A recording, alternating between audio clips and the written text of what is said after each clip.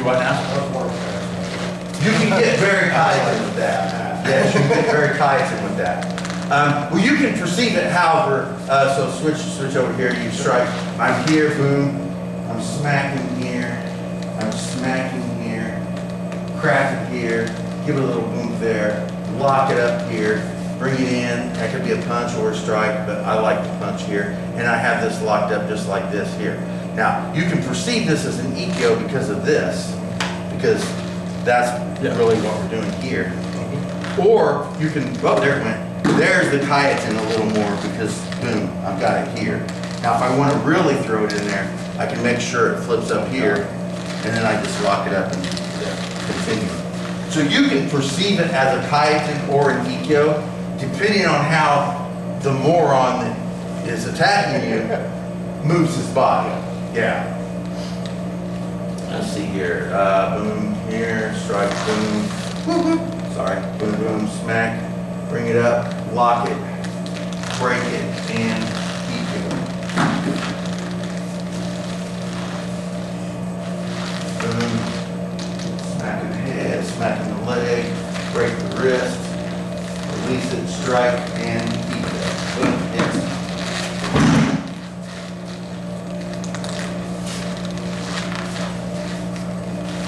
Boom, roll, smack in the head, smack in the leg, break the wrist, release it, hit EKO, and throw it. Good. Fantastic. Excellent.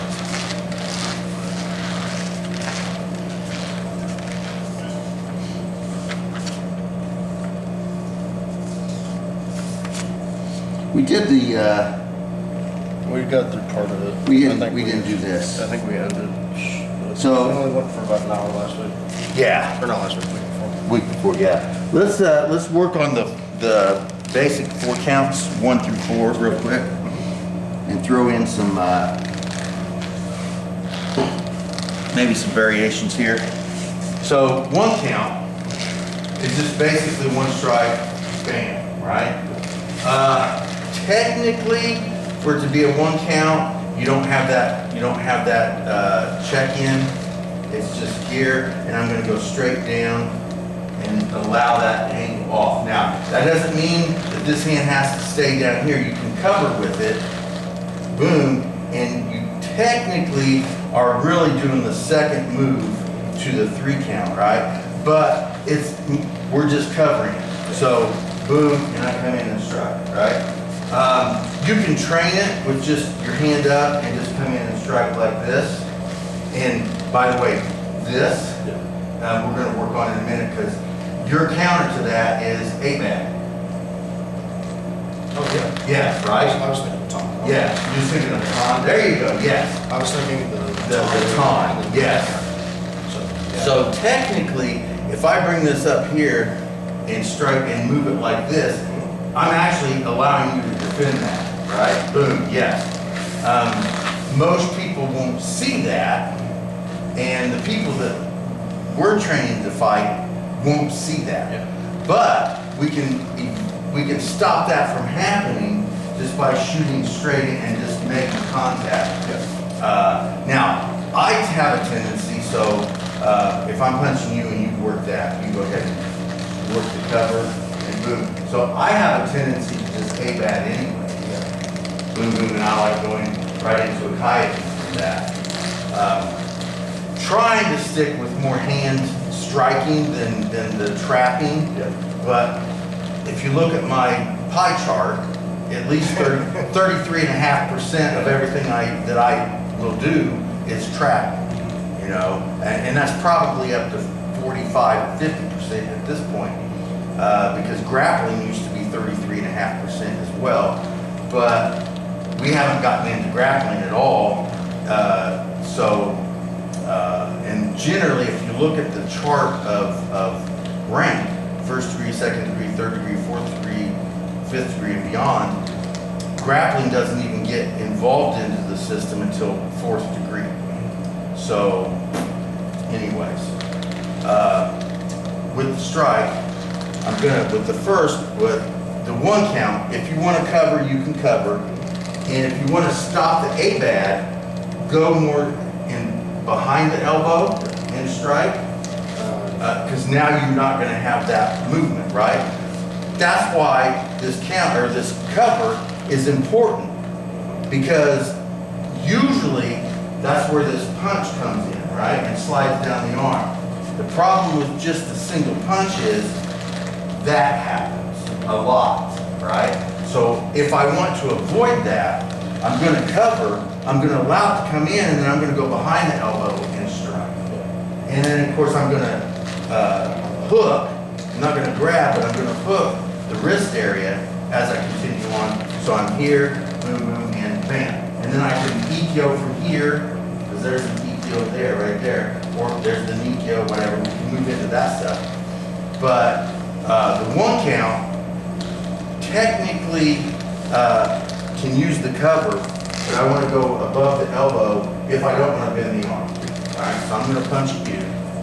You can use the cover or not. So you want, there you go. And you want to make sure that's going to miss me. Yeah. You want to make sure that when you punch, you aim, there you go. You want to aim for the face. The best way to do that, you can be blind and this happen, right? So when I cover, I'm going to go touch the arm and just go down the arm. All right? I don't have to look at you. I don't have to be able to see. I just go boom here and I just go straight down the arm like this. I follow the arm. All right? Boom, there. Yeah. Boom, good. Yes. This side. Good, good. Now work it where the arm bends. So all you're going to do is start from the wrist and work your way up. Right there, yeah. Then you can bend my arm, or my arm can actually bend, and then I can move that to counter. So I strike this side, boom here, and then I can move that to get to the inside, boom here, however I want to work that. That's the 1 count. So again, as long as I stay above the elbow, I can keep it straight. For the most part, I'll keep it straight, right? If I start at the wrist, it could still stay straight, but also there's an opportunity for you to aim at that and jack me up. But if you did, I would just counter that, and it would just become this long routine of whoever missed first loses, right? So the 2 count, and again, we can consider this a 2 count as well if you want to. So this could also be considered a 2 count because I'm deflecting. Now I'm purposely deflecting with the taunt. So I'm using a taunt and a punch. So the cover can be passive. The cover can be a passive move. We don't have to count that as one thing. We can consider that passive. But the taunt is not passive. I'm actually purposely redirecting that so I can come in and punch and do something else. So we'll consider the cover a passive version of the taunt, which is actually directing so I can punch. That's 1. So I'm going to taunt and then punch. So we'll do that. Yes, yes. There. On the same. Yes, yes, yes. A taunt versus a cover are two different things, which is why we can consider the cover more kind of passive. The taunt is actually purposely. Now the cover is, so when you punch, the cover is actually purposely redirecting. Yeah. It's a what I would like to consider more of a passive version of a taunt. So if I cover, I'm actually doing a taunt. I'm just not physically moving the same way that I would if I was actually doing that. So that's one version of 2, is 1, 2, right? We can also do this X thing, so I can go to the inside, and then I can come to the outside, and that's 2. That keeps the third one for part. So I can go here and have this space open, or I can go here and have this space open. Again, you know my argument about being on the inside of the body. I prefer to be out here and boom, because it's safer. Yeah. So, and then outside, boom, there, yes. So work the ton first, the ton and the punch, good. And then we do the inside, outside, and on this side, inside, outside. Oh, I'm sorry, ton, you're right. Boom, and then inside, outside. There you go, yes. You can also go outside, inside. I can go here and here if I want.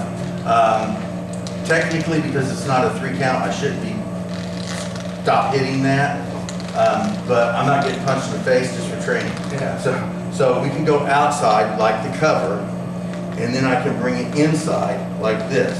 Now, this cover will help protect that, right? So this could be 3 here. Now, another way that could work is I go here and then here. Oh, yeah. All right, now that kind of puts me back here. So when I do that, I don't want to stay on the inside here unless this hand comes in and I continue it on, right?